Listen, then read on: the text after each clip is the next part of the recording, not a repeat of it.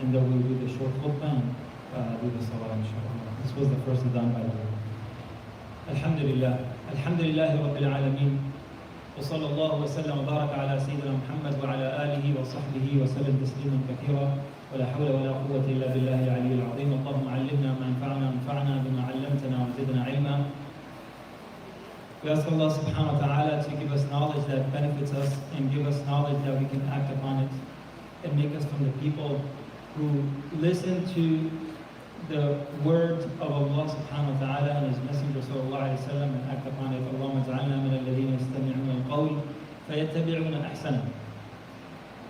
I just want to share one short but very important hadith, and all the hadith of the Prophet sallallahu alayhi wa sallam are equally important, but this is something that it's kind of the need of the hour, the need of the time, and it's been the need of all times, but specifically in the time that we live in, where there's just so much out there, more and beyond than what we can handle and what we need.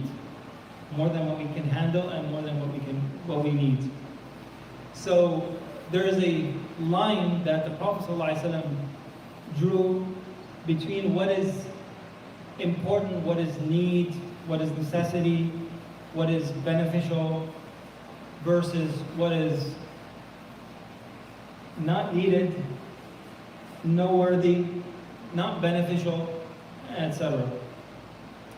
And it's a very broad statement, and it is for us to figure out the bits and pieces of it. And normally that's how the Quran and the Prophet ﷺ, in most cases, it will be a ruling or a statement of a general sense. And the specifics is always left to the individuals. The Prophet ﷺ said that, and he was a person who was very eloquent, and he would say a few words and mean a lot. And sometimes, and some of his words were so powerful that a whole book can be written on it, or hours of lectures can be given on that one particular sentence that he said, and that's why he had the ability to be from the Jawami' al-Kalim, to say words that it kind of sums up a lot of lectures, a lot of words, a lot of sentences together. And he said, sallallahu alayhi wa sallam, min husni islam al-mar'i tarkuhu ma la ya'ni. من حسن إسلام المرء تركه ما لا يعنيه. I think this hadith is equally necessary for Muslims, for themselves, and also for the entire humanity at large. If we take out just the Islam part, because the hadith, what it means, من حسن إسلام المرء, from the beautification of one's belief and submission to God, تَرْكُهُ مَا لَا يَعْنِي, to leave out things that don't benefit, that do not concern the person. So things that do not concern you, leave them out. That will make your Islam beautiful. مِنْ حُسْنِ إِسْلَامِ الْمَرْءِ, the beautification of a believer's, of a Muslim's Islam is to leave out the things that don't concern or her. In today's time that we're living in, if we look back and we think about 30, 40 years ago or 50 years ago, people had a lot of time, a lot of freedom, perhaps, because of that. Very little restrictions, very little contingencies in a day-to-day life than what we are facing today. And on the flip side, if you look at the technologies and advancement that we have today as compared to the 40 years ago, it's a huge day and night difference. Before, there were letters that were sent and waited for a couple of days or maybe a week or two, and then wait for the reply to come. And difficult. It seemed very, very slow.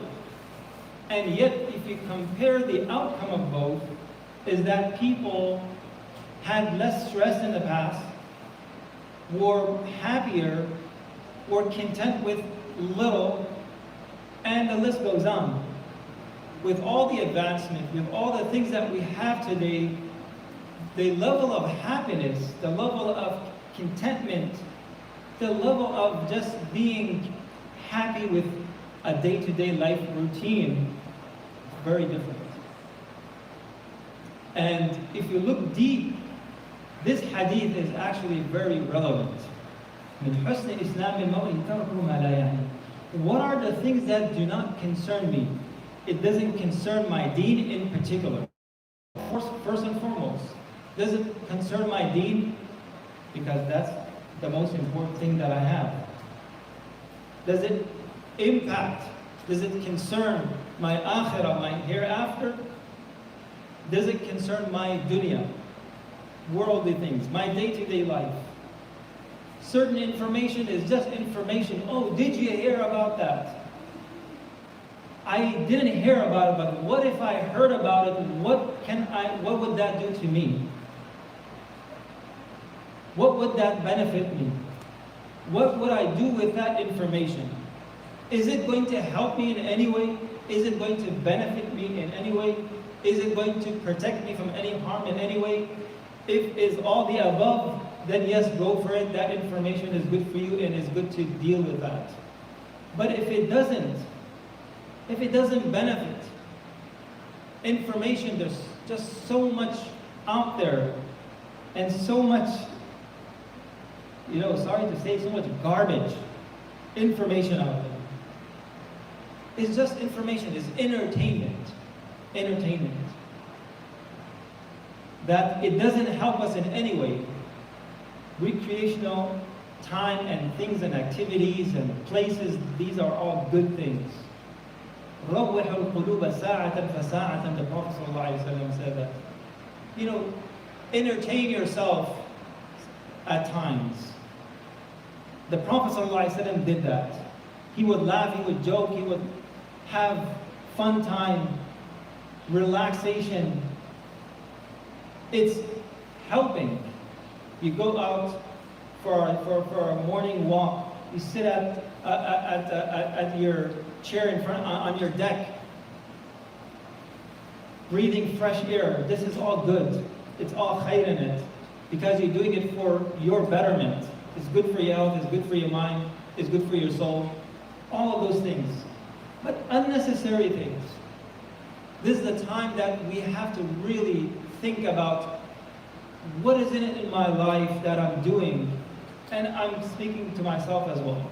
We are all in this together. There's just so much out there. There's just so much things out there that you get drawn in one way or the other. And how to protect yourself, how to preserve your time, how to stay connected with things that matter, with things that are going to benefit you.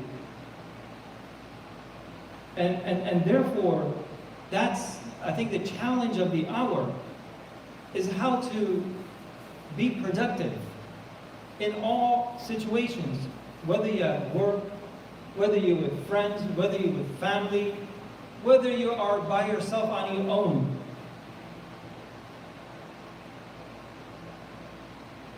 How you have to think about it.